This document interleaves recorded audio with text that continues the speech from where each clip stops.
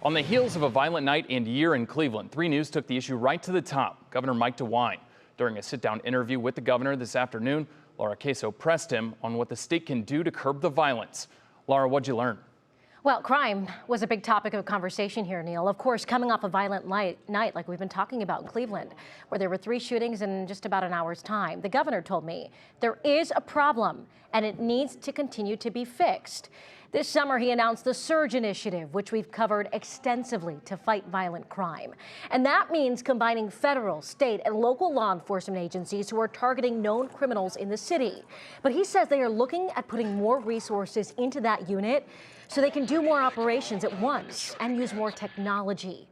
But he says another problem here is young kids and guns. There are things that we can do, and we know what they are. It's having more boys clubs, girls clubs.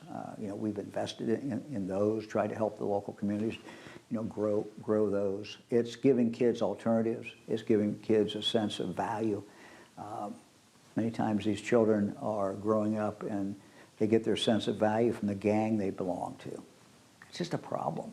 Businesses don't want to come. People don't want to go to a neighborhood where there's crime. And so we owe it to the people in those communities to do everything that we can to really lessen that violence. Do you think the city of Cleveland's doing enough? Look, I think the city is trying to do it. I see police officers up there every time I go up. I see people doing great work.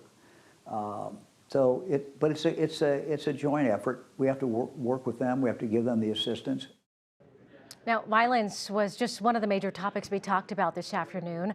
I also asked about East Palestine, that toxic train derailment, and what he's doing to ensure the health and safety of those residents there as we approach 2024. And I had to touch on issue 2 and the revised marijuana bill left untouched by the House before heading into the holiday. So a lot to cover. We'll have more from that sit-down interview, Neil, tonight at 11 o'clock. All right, Laura, thank you. Laura Caso reporting in the newsroom.